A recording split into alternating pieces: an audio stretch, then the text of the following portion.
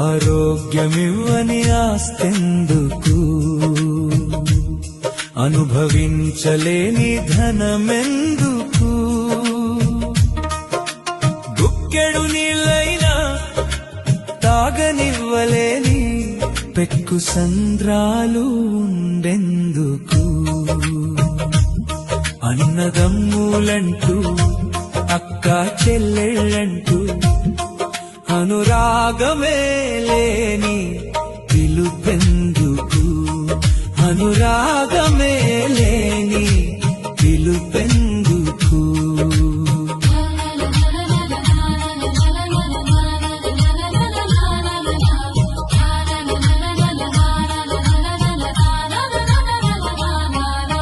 మునుపటి పెద్దలు 3 పూటలా గటక